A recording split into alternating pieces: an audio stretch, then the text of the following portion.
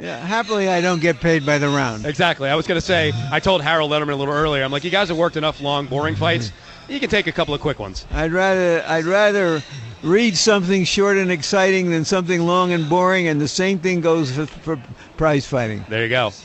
So what were your thoughts before the fight, and how surprised were you that Hatton couldn't deal with anything that Pacquiao was throwing him? Going into the fight, I had two thoughts. One was that if Hatton could get past the first 3 rounds and make a long, hard fight of it, that was his only chance. But there was a serious question whether he was going to walk into something in those early rounds, which is how it happened. The other question I posed was, can Manny Pacquiao live up to the flattery of being called this generation's Henry Armstrong? Right.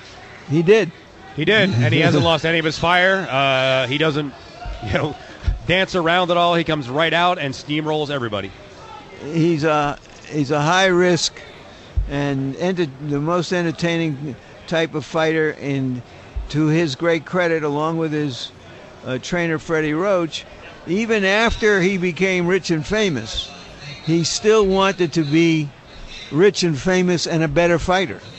And he is now such a well-rounded fighter that the thought of him dominating a class fighter with his right hand, when we first saw him years ago, was not possible. I mean, his right hand was just there. It didn't do anything.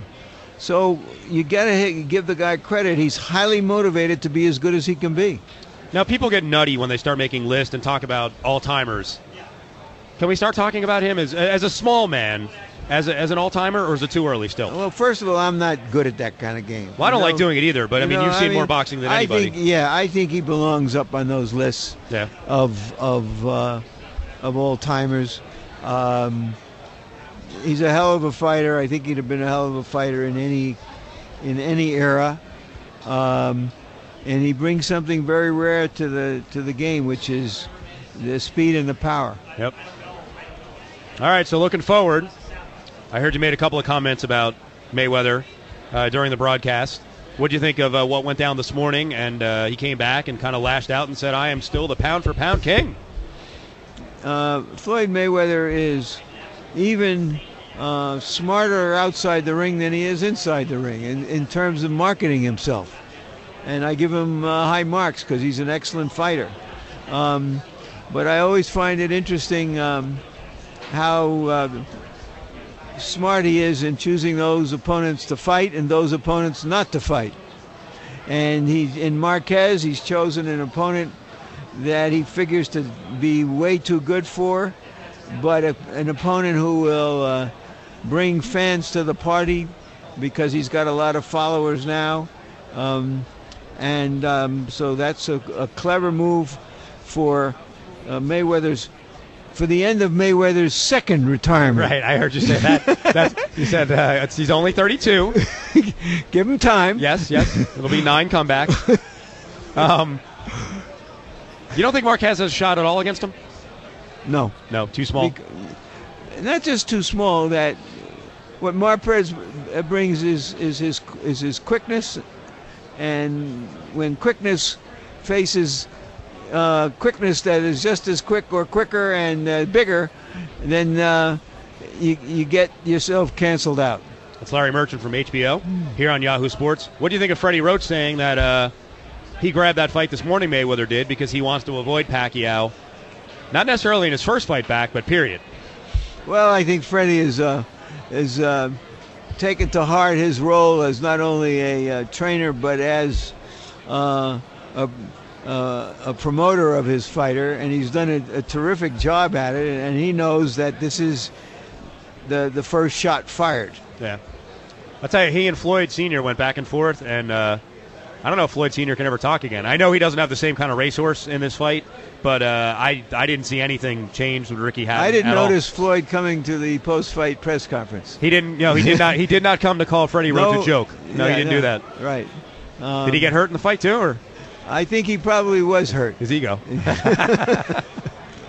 So what do you think? Best bet down the road, if Mayweather gets by Marquez, We just heard the Pacquiao camp saying, "Oh, it's not guaranteed Mayweather down the road." But what do you think? Best guess late in the year?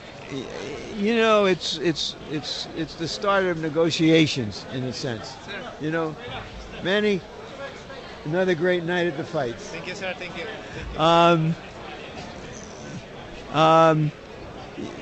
That they have options. Yep. And they do. And they want to tell you about it because Floyd Mayweather is one of those fighters who thinks that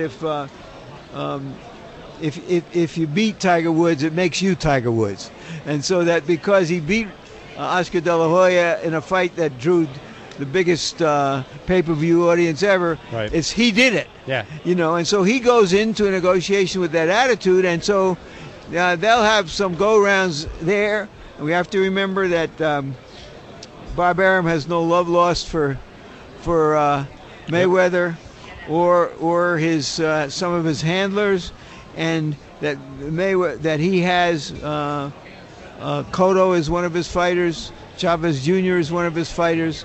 And he might be able to say, well, we can always go somewhere else and make more money. You can make a super fight against Cotto or Shane Mosley, since apparently no one else wants to fight Shane Mosley, including the guy who's supposed to be the best 147, which I still find interesting that when you look back, he really has never fought a top 10 guy at 147, unless you want to count Zab Judah or De La Hoya. Yeah, well, look, great fighter. I take nothing away from Mayweather. He's an extremely clever and excellent prize fighter. Yep. But he's been very smart in not only the way he fights his opponents, but the way he picks his opponents. Right. Put it that way. Remember, it was Margarito, another guy he didn't want any part of at one time. Tell him to fight Paul Williams at welterweight. That won't happen. I will close the interview by saying the words of a great man. You know what, Larry? Stick to announcing. That's what you know. You don't know boxing, so stick to announcing. That's what you're good at. That's what I try. There you go. Larry Merchant from HBO. Thanks, Larry. Thank you.